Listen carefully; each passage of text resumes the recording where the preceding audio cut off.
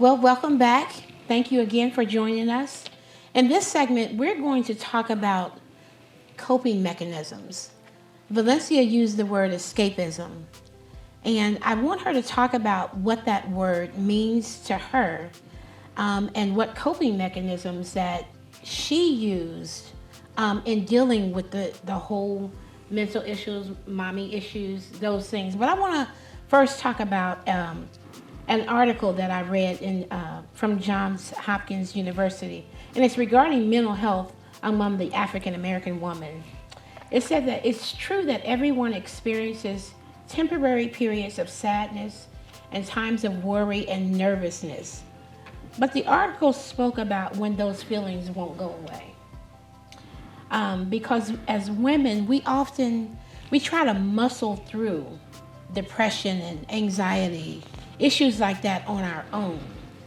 But what happens when those issues don't go away? Those feelings won't go away.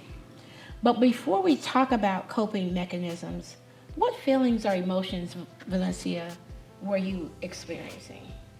Well, if I could say something, I thought about slavery when you were speaking about the feelings that don't go away and dealing with the African American woman and why we hold on to things. I think we've had to be so strong for generations. We could not emote.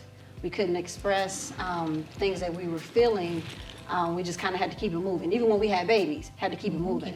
Never had time to take a break and be in the moment and understand what was happening to our changing bodies. Yes. And so from generations that has just carried over. And for me, going back to your question about how I've been feeling or how I felt in the past, severe depression. I was diagnosed with major depression recurrent. So I wouldn't stay there, but life events or just because it's Monday, I'm depressed and I don't know how long I'm gonna stop being depressed. It was to the point where, and it was coupled with anxiety. And because I went through so many different therapists, they had different diagnoses for me. So bipolar was one, intermittent explosive disorder, which is like an anger disorder where you lash out. I was extremely angry. I was very abusive, verbally and physically, even in my marriage. I dealt with that. And so I was diagnosed with that at the time. I was around 25, 26. And then when I went on to see another therapist, she says, no, I just see more depression because I was pregnant at the time. So some of the things that have gone on with me are mostly life events that occur. But things had, before I got on the medication, things had gotten so bad because it would feel like 1,000 voices in my head, controlling my thoughts and my narrative, how I felt about spaces I was in. Like, if I wasn't a healed person today, I would come in here and I would have so many false narratives. Oh, they're looking at me strange, or what if they don't think I'm pretty enough? Or it would just be all these things, vices, demonic, whatever you want to call it, talking to me. And I would be believing those things, and it was driving me to be suicidal because I couldn't take it anymore. If something is just constantly nagging you, you know, you feel like, okay, I just need to end my life. Not because I want to be selfish and I want to take myself away from my family, but because I'm tired of suffering. I just want the pain to go away. So when I started taking medication, it alleviated some of that, but I still struggled. I struggled in church. I struggled with relationships still, not trusting people. From my tumultuous past, it has allowed me to have extreme trust issues when it comes to particularly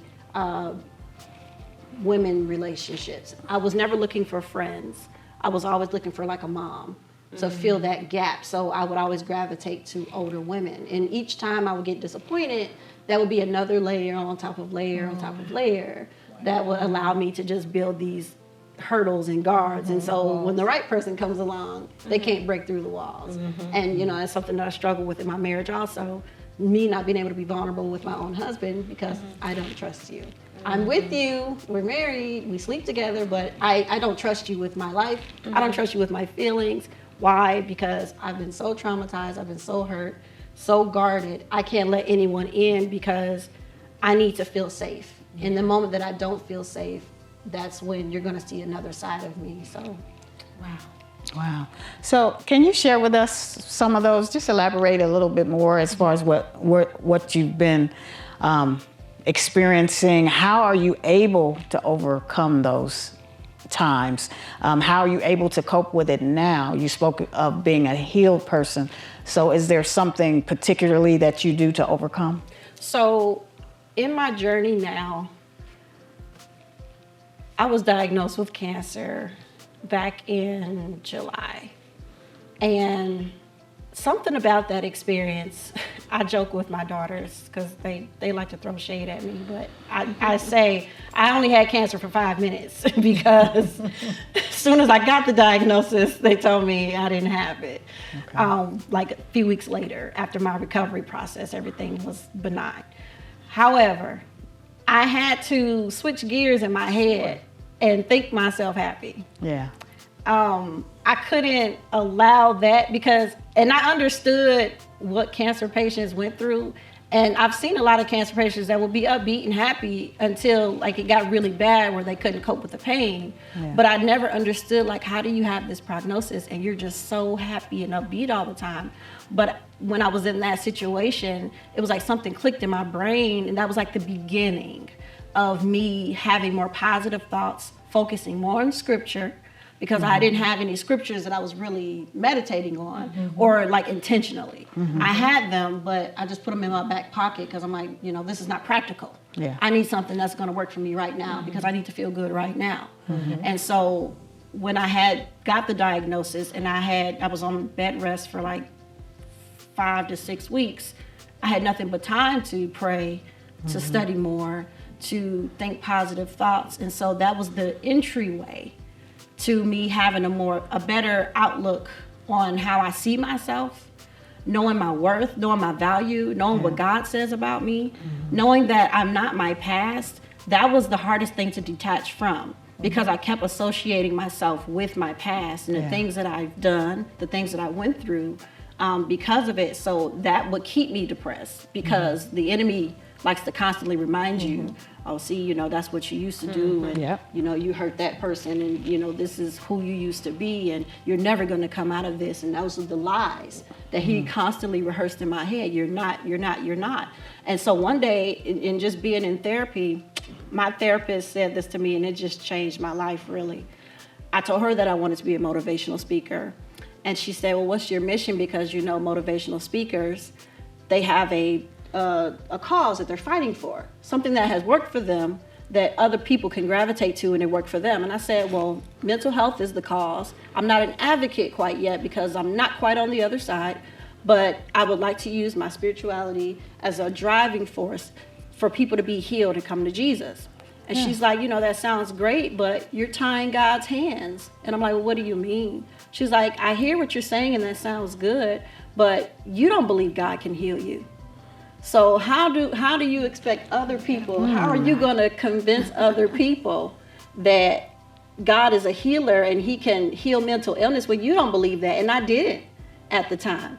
I'm like, you can heal cancer. I've seen you cure diabetes when folks eat right and, so many other things, but you just not working in mental health. And I believed that lie for so many years, but God cared about me and the things that I was going through just as much as he cared about other things. And when I allow myself to see that, that's when he began to change my mind. Wow. And how I thought and how I felt about myself. And I don't allow other people to hold me hostage to my past. All right. That's good. I used to let people do that to me, and I'm like, okay, well, I'm sorry, God bless you. You're going to have to consult with God with that, because I'm not that person anymore. That's right. Yeah. You were dealing with a person who was hurt, who was easily offended, who was in an offensive place, and I was functioning out of that.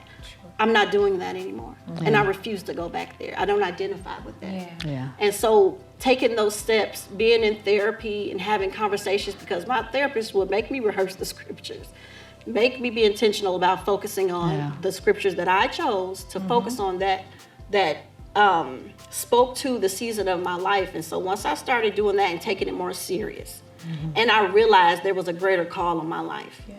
Other people are depending on me I can't sit here and wallow in this. We got to get healed, sis. Yeah. We got work to do. You're 33.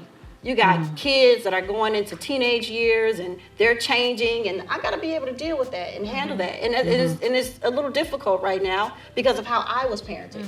And so I'm like, how do I parent these kids with attitudes and they, snapping and, it's difficult right now. Yeah. And then I have younger children as well. So I'm going through a lot of different transitions. But when again, it came with a made up mind. Yeah. If you don't have a made up mind to change, to see yourself better beyond where you are, it's gonna be hard. And so, but I'm thankful that I finally got it. I didn't wait until everybody walked away before I decided to get me some help. Yeah. It took a lot of years for me to get to this point, but I'm glad that I'm here. If that answers your question. Absolutely. So let me ask you, what are some affirmations that you speak to? I know you have 2 boys. Yes. I have 1, okay. But what are some affirmations that you speak to your daughters?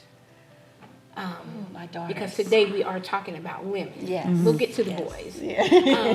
But what are some affirmations that you speak to your daughters so that they don't, not necessarily suffer through what you've had to deal with, but just in life, period? So the way I affirm my daughters, I mainly let them know how beautiful they are. Because my mom told me I was ugly.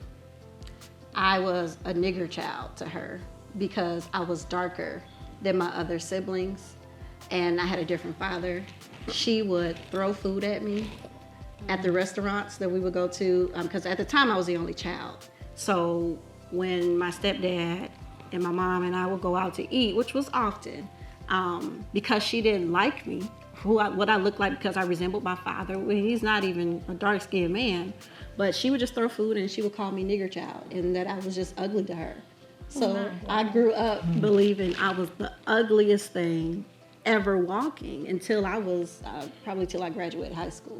I just always thought I was ugly. So I constantly remind my daughters of how beautiful they are. I have just certain nicknames for them that I call them. One daughter in particular, she likes to be called powerful, so I remind her that she's powerful because she's special. My middle child, she wears glasses, and so I know she doesn't like wearing her glasses because she has an issue with her eyes, and so I have to constantly pour into her. Probably a little bit more because you deal with your children based on their personalities. Yeah, absolutely. I hear people say oftentimes, "Oh, I love you the same." You cannot, because they have different personalities. They have different needs, desires, wants. They some require more attention than the others do.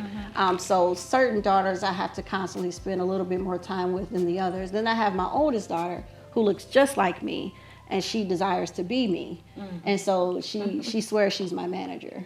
She's not here today, but she swears she's my manager. Again, it's. Well, we want to tell you how beautiful you are. Amen. You are Absolutely. definitely beautiful, Gorgeous. not just on the outside, on the inside, outside. You have to remember where I am. Not just on the outside, but what I see from the Valencia that I first met, and then the Valencia that I haven't seen in years because you don't live in Cincinnati. Beautiful. Thank you. And I'll speak that honestly. Beautiful. Yeah, you can't tell me nothing now. Oh, Jesus. I know I look good. I know that's right. I own And that. it ain't nothing wrong with knowing it. That's okay? right. I own Nothing that. wrong with knowing it. You know. But we're going to end this segment, Valencia. You just are, if nothing, look, I can't even say it because still I'm going to go all the way back to the prayer. Prayer is just awesome. It is. And even for the ministry that God is taking Sister Speak, because it's built on prayer. It's built on intercession. And so what God is doing is just an awesome thing in your life. I just want to say that. And yes, you are beautiful. Absolutely. And yes, you should know it. That's right. Sister Speak is a caring community of women devoted to Christ. As iron sharpens iron, so one woman sharpens another. Hi, this is Zoe. Don't forget to like, share, comment, and subscribe to Sister Speak on YouTube. Stay up to date, join our email list, and follow our blog at www.imtracymichelle.com.